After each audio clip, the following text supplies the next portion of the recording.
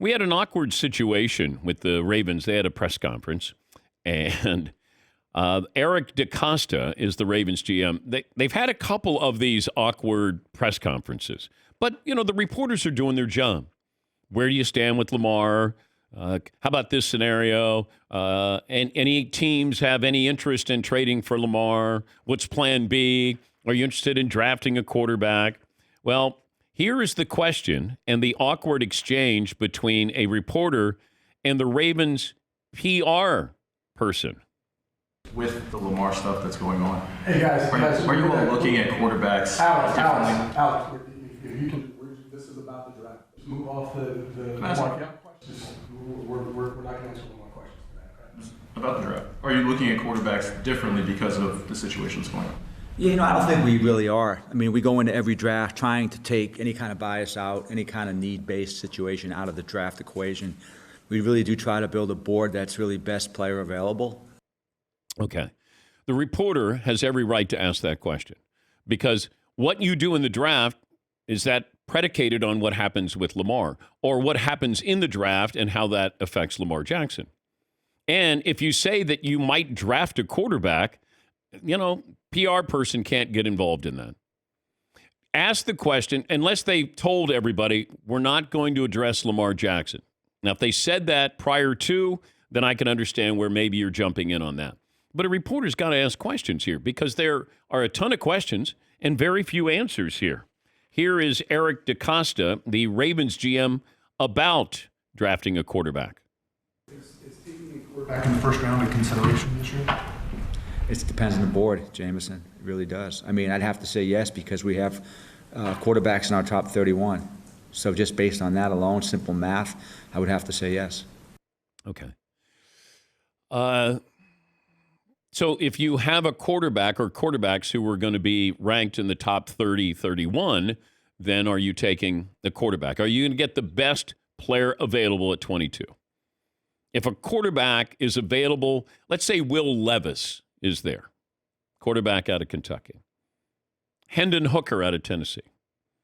If your draft board has a quarterback as your best player at 22, are you taking that quarterback? That's the question that I would ask. I don't need to have Lamar Jackson's name in there. You just said, hey, depending on how they are on our board, well, if a quarterback is there at 22, are you taking that quarterback? Now, they might get around this by saying, well, it depends on if that's the quarterback that fits our style. Well, wait a minute. You just said that's your ranking. You're ranking them in accordance to what style of offense you have. And that's another thing to factor in. If you bring in a quarterback, Will Levis is not going to run an offense like Lamar Jackson or Tyler Huntley. It'd be the opposite. Now, you have a new offensive coordinator there, but it feels like that team is built to kind of accentuate Lamar Jackson's talents there. Not, hey, we're going to bring in this guy and we're going to ask him to play like Lamar. But, man, and I've been on this for 2 years now. It just felt like the Ravens and Lamar were headed for a divorce. They were never on the same page. And it feels like now both sides are okay with it. Because Lamar said, I asked for a trade.